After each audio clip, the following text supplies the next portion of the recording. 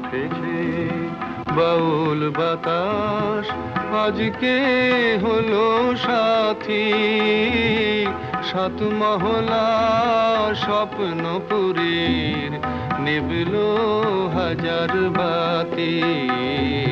ঝড় উঠেছে বাউল বাতাস আজকে হলো সাথী সাত মহলা স্বপ্নপুরীর নিবলো হাজার বাতি ঝড় উঠেছে